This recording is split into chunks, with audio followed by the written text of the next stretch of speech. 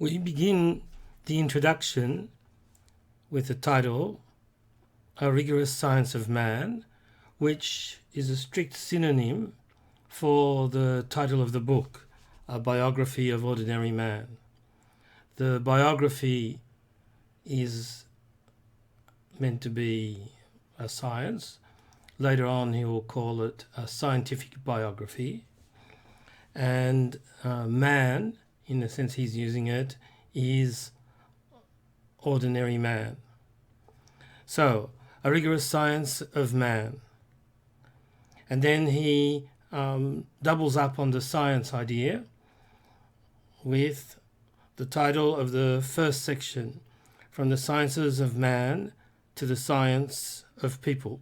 So there's a play we can see in this section title between the singular and the plural. He's going to comment on within the section. But first, we can just observe it. From the sciences of man, they're the bad guys. They're history, ethnology, economics, sociology, psychology, and linguistics, and so on.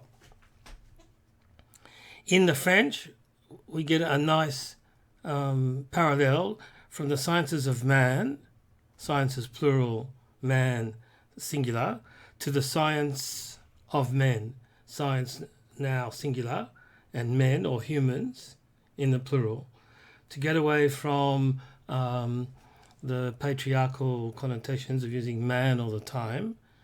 The translators have chosen to put people in its place. But we can still see this play between plural and singular. So man, or the human, is essentially plural. He defines it as minorities. So that's already, I think, in the forward. The current attempt begins with the one or minorities. And the sciences of man are taking man to be a unitary, unified object, a point of convergence or of overlap. Once you assemble all the sciences of man together, you'll get the whole picture. This brings up what we began to discuss last time, what's going on with Laruelle's notion of science. So one thing that may be useful is to keep in mind what Laruelle says in Tetralogos, his last big book. And in that he says that the sort of philosophy, which he's calling at that point no longer non-philosophy or non-standard philosophy, but forced philosophy, but the sort of philosophy he's doing, and I think it applies retrospectively to our biography of ordinary man, the sort of philosophy he is doing breaks with a standard science and joins its concepts with another science. So that operates in a more non-standard way. So in that book, in Tetralogos, the standard science is figured in terms of Newtonian science. That sort of the general form of Newtonian science is supposed to still govern much of contemporary philosophy, and he's trying to get philosophy to the quantum stage, not the actual particular results of quantum theory, but the general form of thought that Laruelle will call quantic. So maybe that's too precise in the notion of Newtonian versus quantum science, or classical versus quantum science, but we can see the same action here. He's breaking away from the sciences of man, or the human sciences, and he's inaugurating, so both as a science and as something that he can fuse his concepts with, he's inaugurating the science of man, which is a transcendental science. So we said last time that it's useful to look at Laruelle's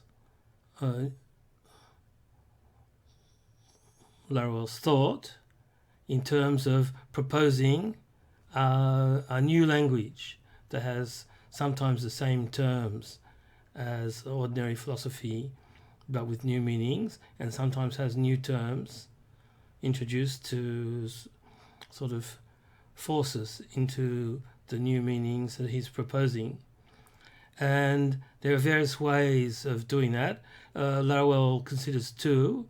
The first way was the way of his book just before this, The Minority Principle, where he uses a mix of both classical philosophy, in the sense that everything up to him is classical philosophy, and non-standard concepts, and tries to get us pedagogically, once again this is the term from the foreword, it's that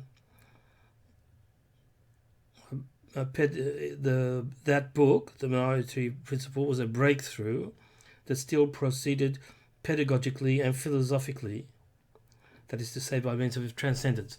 So if it's no longer in its paradigm philosophical, but it's proceeding philosophically, it's a mixture of the two languages, the old and the new, and if it's proceeding pedagogically, it's trying to find some sort of bridge between the old and the new.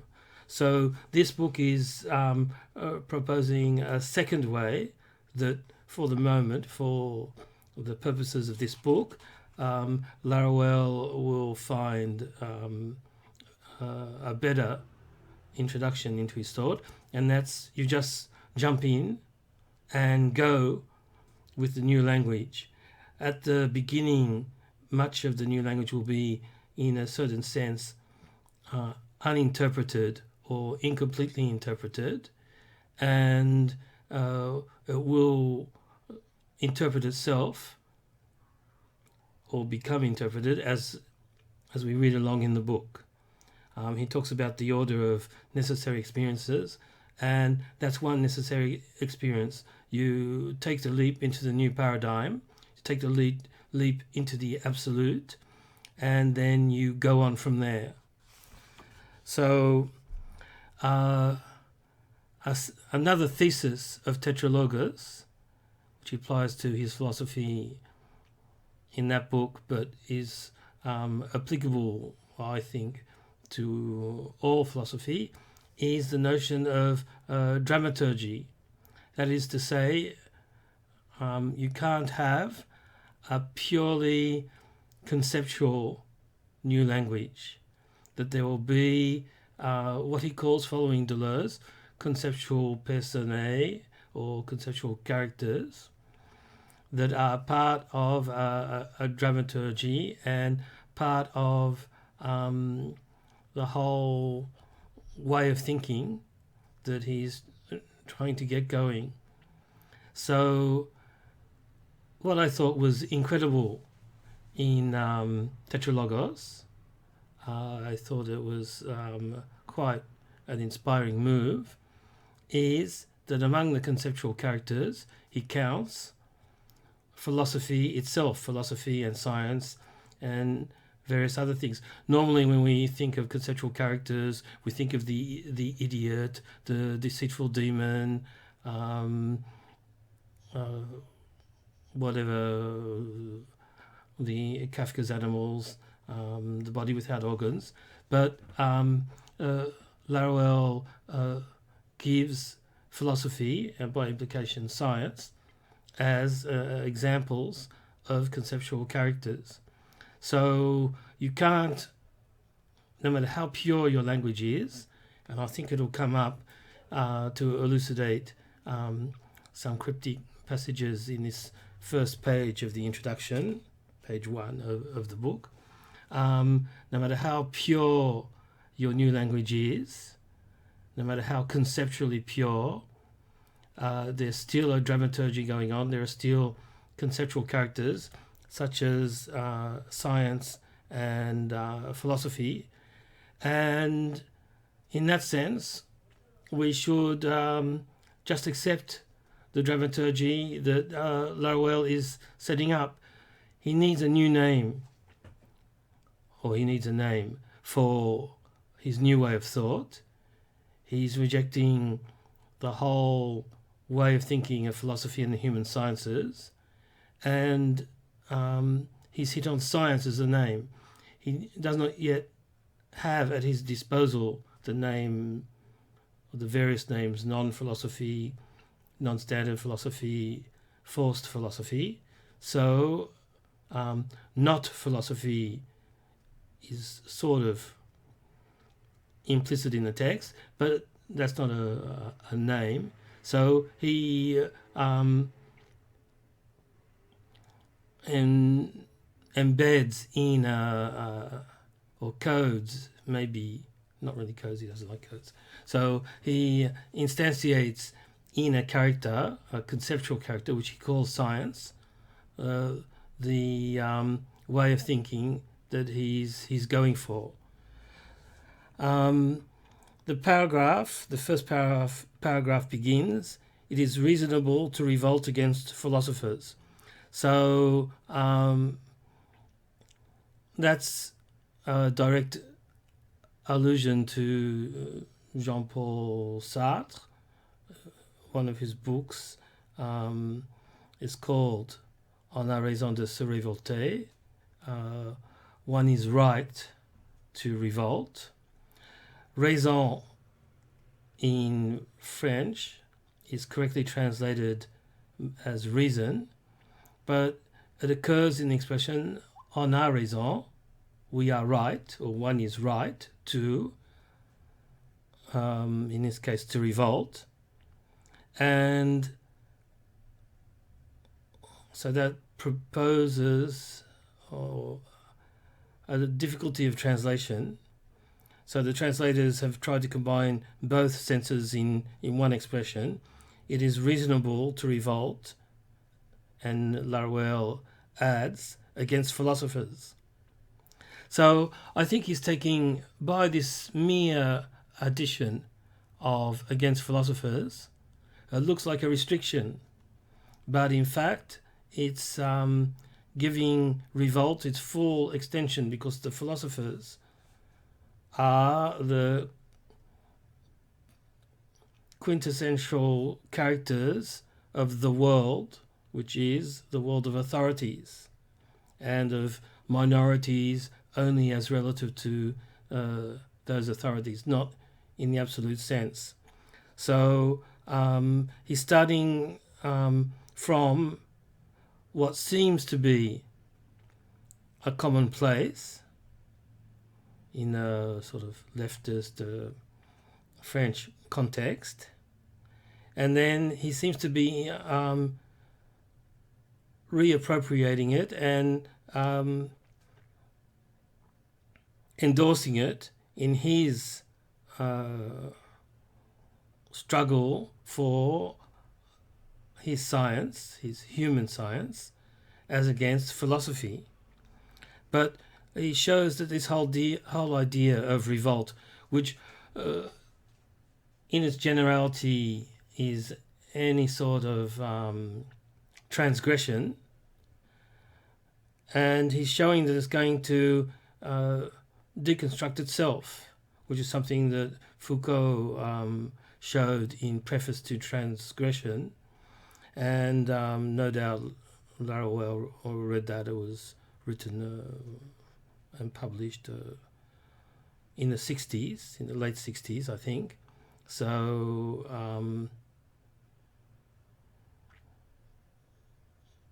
25 years before the publication of this book. So playing on this thing, we are right, we are reasonable to revolt or to transgress, he comes to the radicalization of that notion that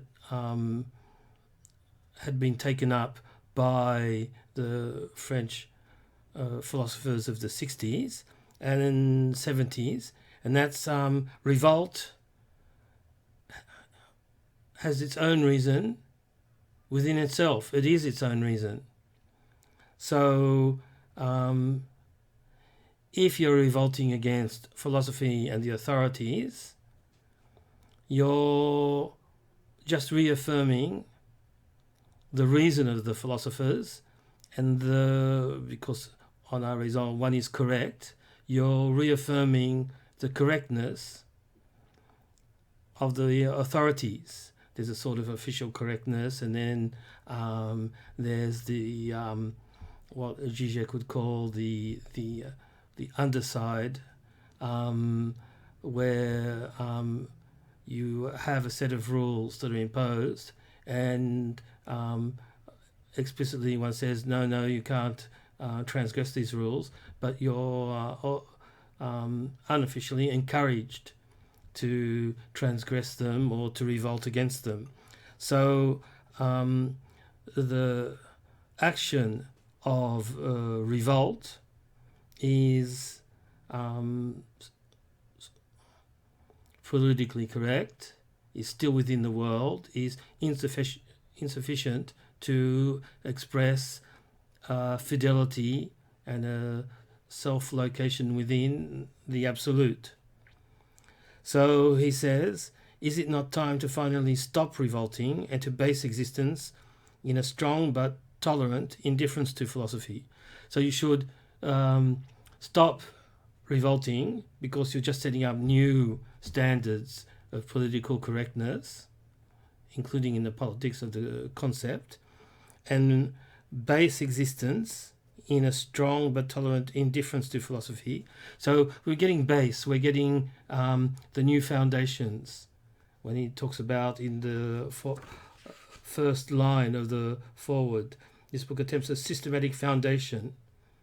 So the systematic foundation begins with situating yourself in the absolute, not approaching the absolute little by approximation and progressive approximation, but beginning with the absolute and describing the world of the authorities from that position. So it's the same thing. We base existence in a strong but tolerant indifference, given that he's saying that rigor and affect, reason and humanity go together, and that's what human rigor is. We're getting the affect of that situating oneself within the absolute. The affect is indifference, a strong but tolerant indifference to philosophy. So it's not stoic indifference. That's a philosophical attitude and Stimmung. So it's strong but tolerant. It's strong because it goes directly to the absolute. And it's tolerant because it's not, as he will say later, and his disciples will say in a deformed way, according to me, it's not the negation of philosophy. And I would say the indifference is to philosophy as an enclosure of concepts. It's not an indifference to the concepts themselves. Rather, we can see that Laruelle has a passion for concepts and for philosophical affects as well, and he wants to free them from the philosophical enclosures. He continues, ordinary man, the finite individual whom we also call minorities, is located in this indifference. So we get the same equivalence between individual man, singular, and minorities, plural. So he's telling us that despite talking in terms of one and using a singular noun, he is the guardian of absolute multiplicities, what he will also call, and he called in his last book, dispersions. The ordinary man, the individual, is dispersion. It's not unitary. You will define it as unary, but we're not there yet, and we don't have all the concepts in place to begin to go into detail on that point. So the finite individual, whom we also call minorities, is located in this indifference. I think is located is too passive. We're talking about a strong but tolerant indifference. So in the French text, it says se tient, holds himself. So the finite individual holds himself or maintains himself in this indifference. So it's a strong act to be in this indifference, which he draws from himself rather than from philosophy.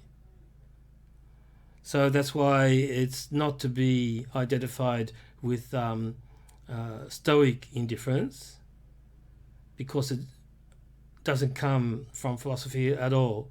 It's an indifference. He draws from himself.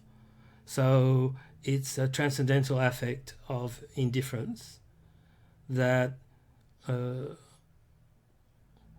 goes with the game of the ordinary man.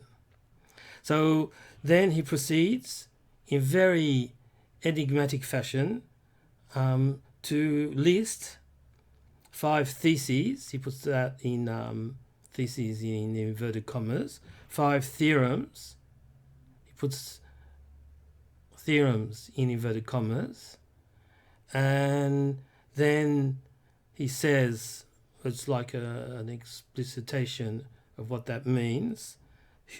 No inverted commas now. Human theorems.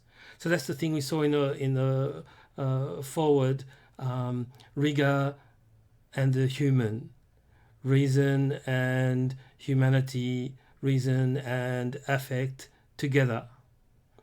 So there are 5 theorems, he calls human theorems, and then when the book actually starts after the introduction, so the introduction takes up 31 pages, the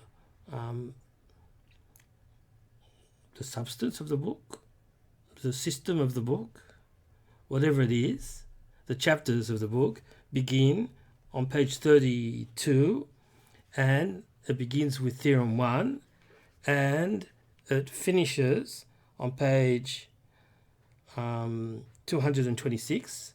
So that makes almost 200 pages, not counting the introduction, and 226, and the last theorem is on page 224. It's Theorem 140, and then you have what he calls the explication or commentary.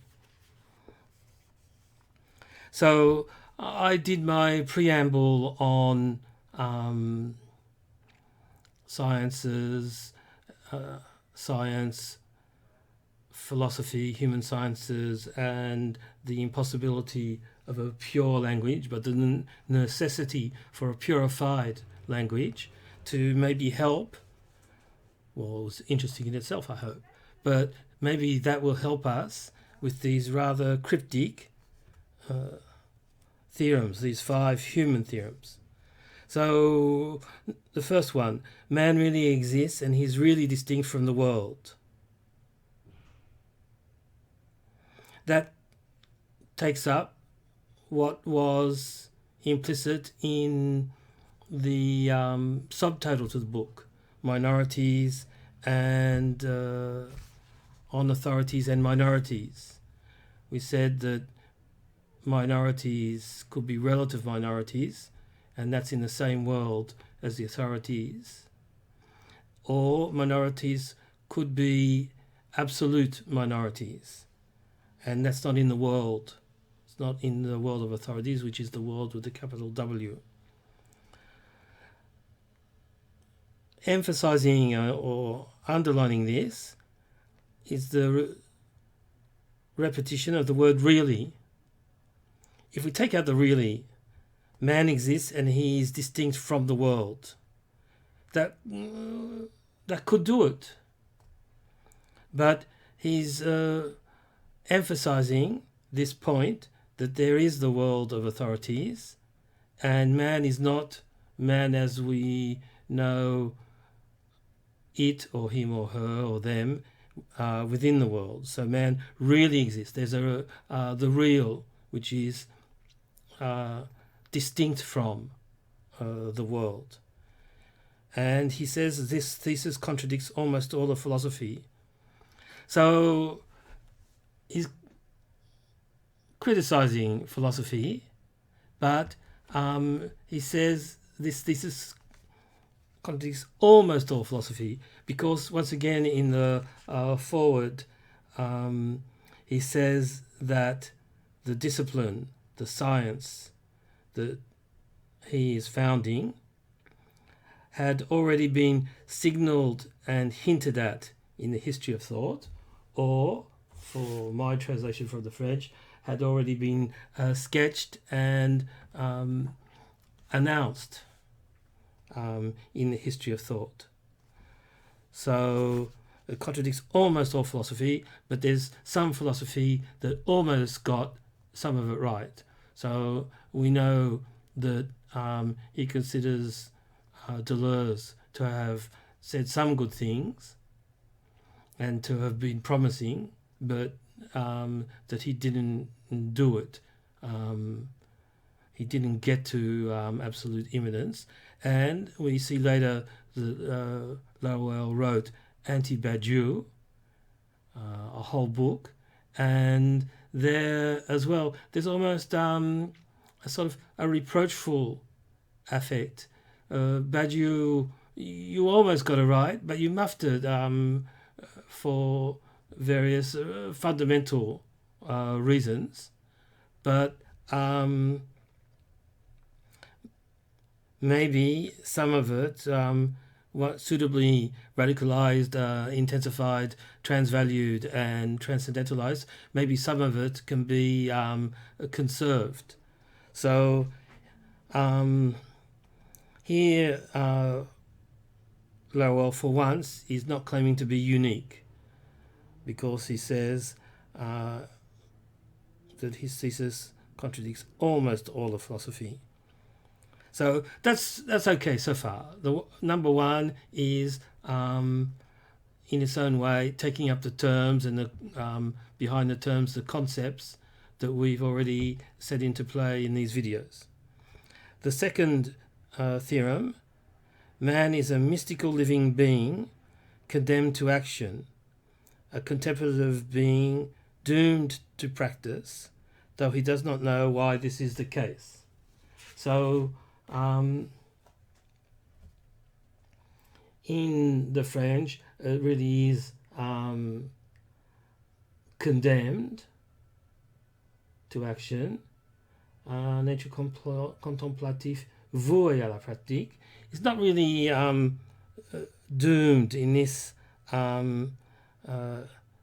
negative sense that doom has come to have in English. So it's destined, but he doesn't want destined. That would be a pity to translate it as destined, because he's bringing in destiny later on. So we could say fated or predestined to practice. Okay, that's a funny one. Funny, strange, because we don't know what to make of it. Spontaneously, we don't know what to make of it, given that it doesn't really take up, in appearance at least, the terms that have gone before. I mean, we've only looked at the title, the subtitle, and the forward, and I've tried to draw out all sorts of other conceptual latencies that are within that. Man is a mystical living being. The being is not there in French. That's why they put it in square brackets. Vivant, mystique. That makes sense in French. We need a noun in English. It's a pity to put in being, because he's going to assign being to the world, I think, to the world of philosophy. So he's not afraid to say man really exists. L'homme existe réellement. So man is a mystical living existent. Might have been a possible alternative, but it's already less ordinary. So mystical at this stage we probably can assign to the absolute. He says we begin with the absolute, and here he's beginning with a mystical, the human is mystical. So the human is established in, or is the absolute, condemned to action. So action is probably to be divided up between absolute action, and I said that his man's indifference to philosophy, because it's strong, is like is comparable to an act or an action. It's separating oneself from, distinguishing or maintaining oneself in distinction from the world, philosophy, authorities. Man is a contemplative being doomed to practice, though he does not know why this is the case. So a contemplative being, we said that this science is a transcendental science. It's a contemplative science. It's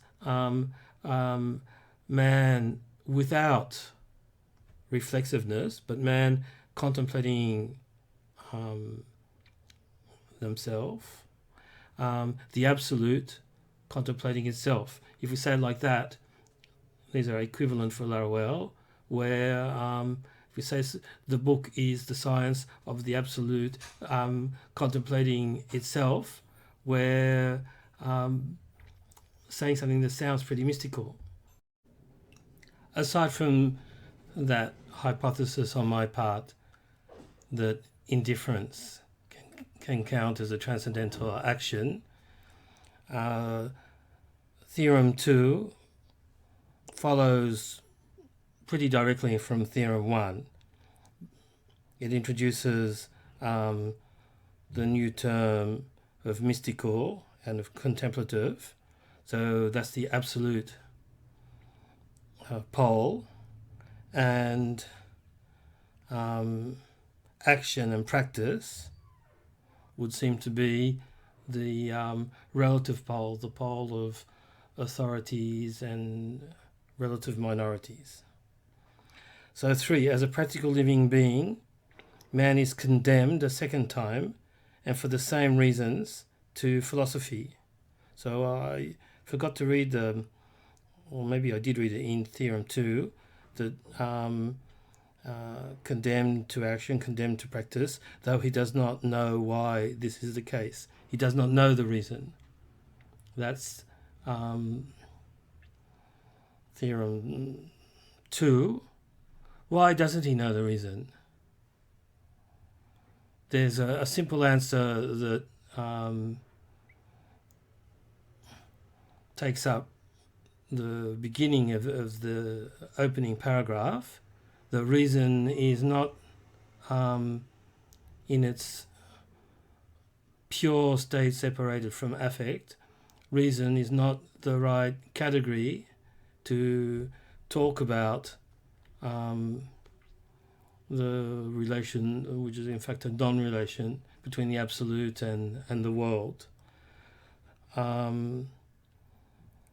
That seems to be contradicted by Theorem III, where he says that man, a practical living being, is condemned to philosophy for the same reasons. Well, at least we can understand that partially, in that philosophy is the essence of the world, including its aspect of action and practice. All that is, if not constituted, if not contaminated, at least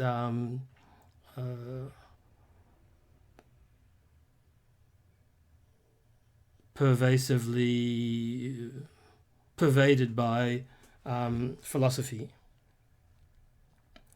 So this double condemnation organizes his destiny, or man's destiny, or the human's destiny, and this destiny is called world, history, language, sexuality, power, which we refer to as authorities in general.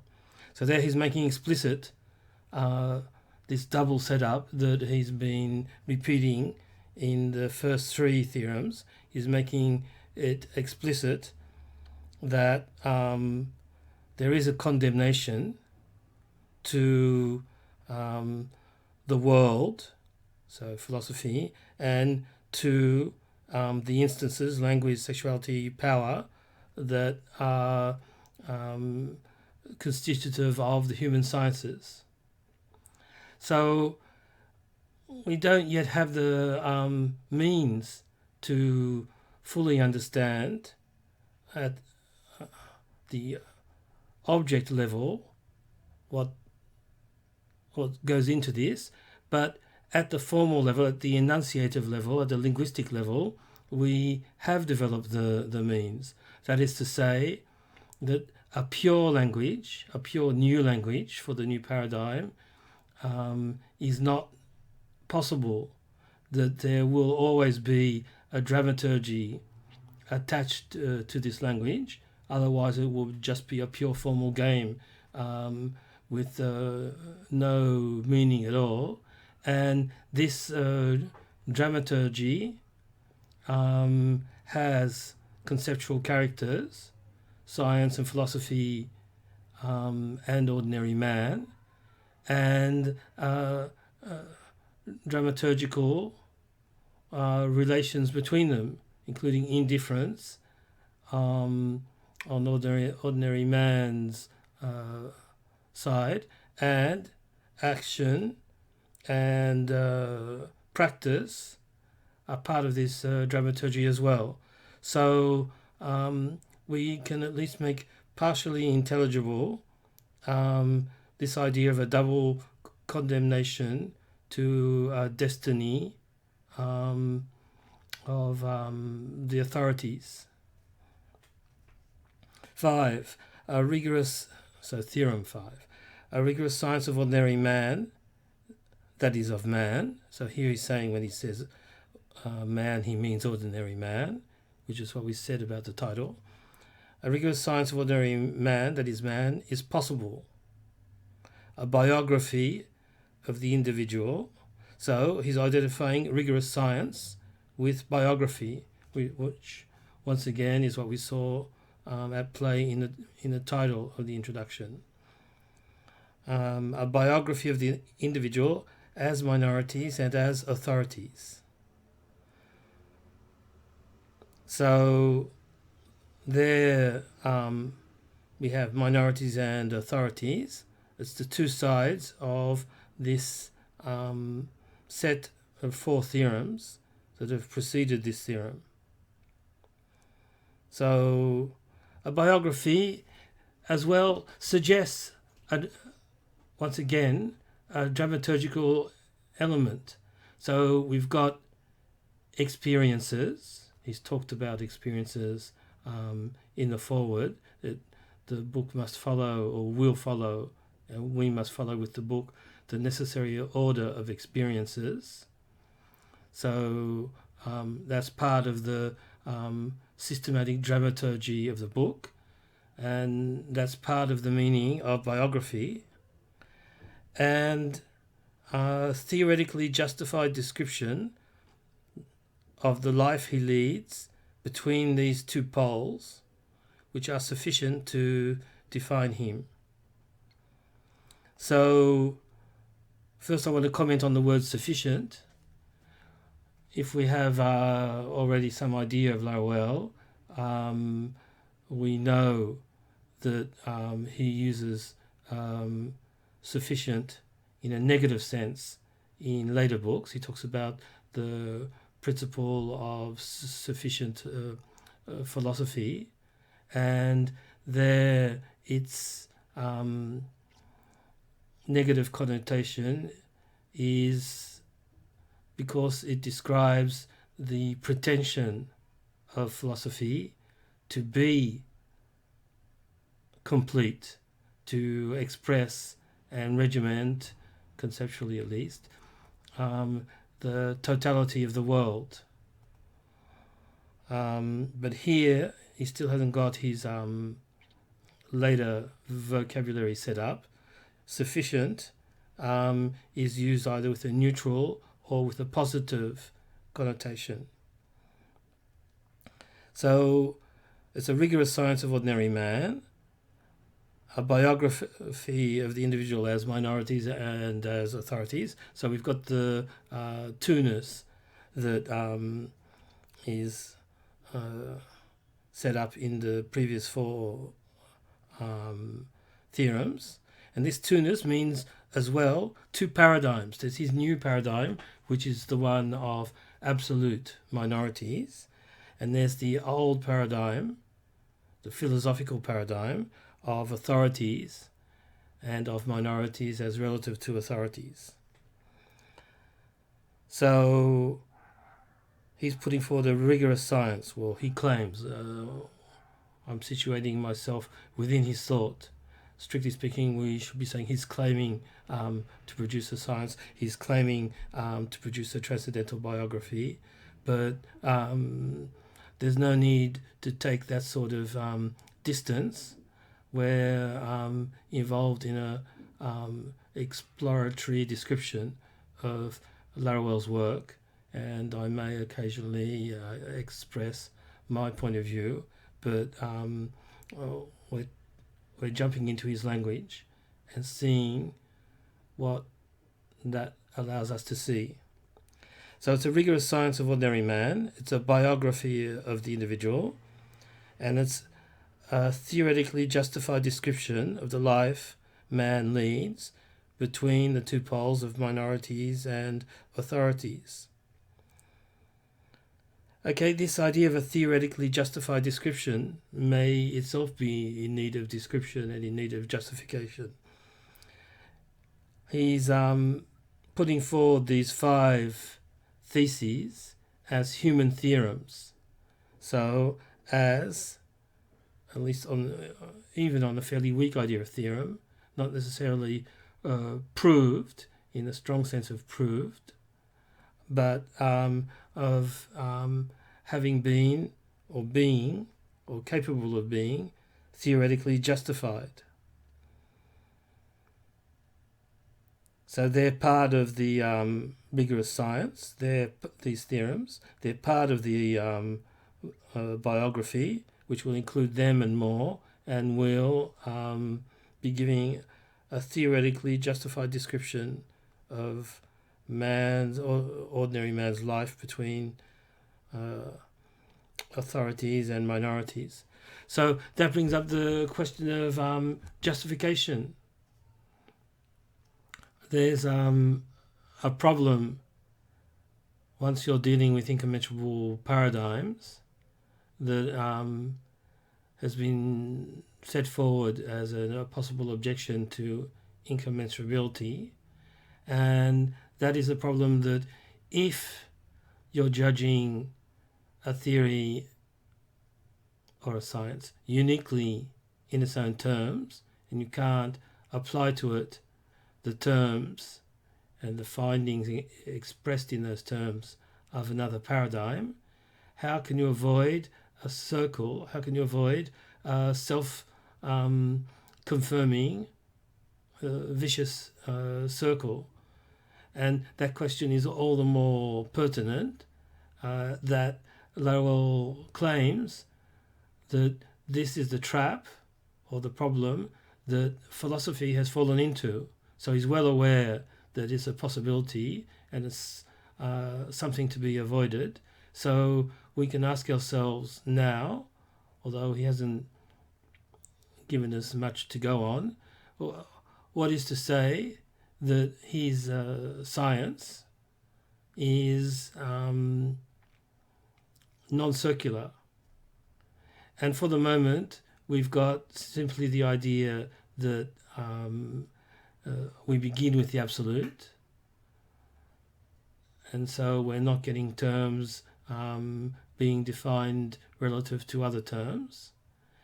But then we can say, how do we know that you're speaking from the absolute, Laruelle? Maybe you're just one of us. So his other justification is that there are a set of experiences, of necessary transcendental experiences that necessarily traversed in a necessary order, and these experiences are not generated by his paradigm. That's the key thing. If they were constructs of his paradigm, we will be in danger of just a vicious circle. If in some way he can show that these experiences are justificatory of his paradigm without being totally constructed by the paradigm, a little bit of construction is okay. You're never going to get pure experiences. But if they're not totally constructed by the paradigm, that is at least the first step in authorizing this idea of theoretical justification. So then we get back to the problem of what are the experiences when he doesn't want to give examples. He says that later on. But I think he's giving examples all the time. So the experience of looking at philosophy from the absolute, that's a transcendental experience.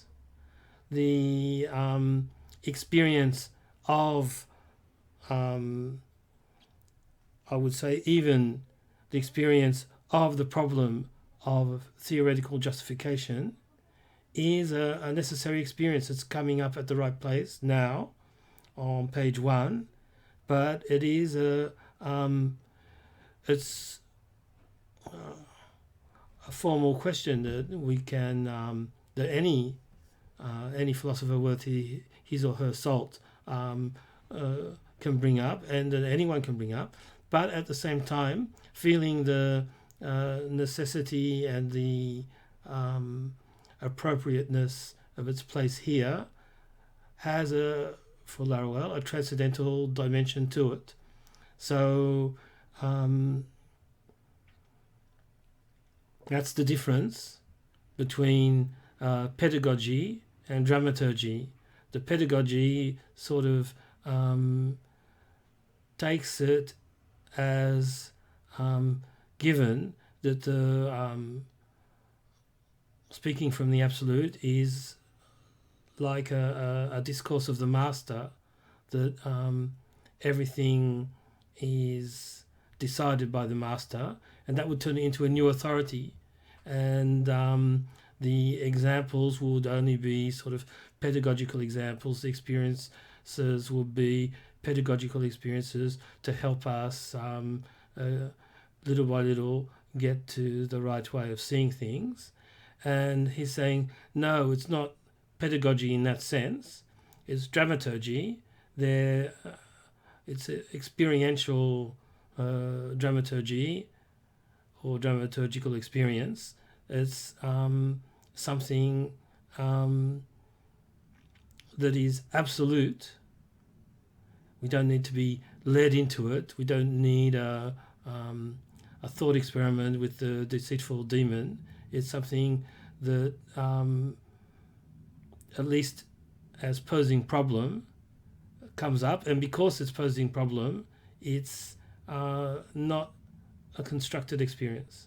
So that's a tentative first sketch, because the introduction is one of these famous sketches that he talks about in the foreword.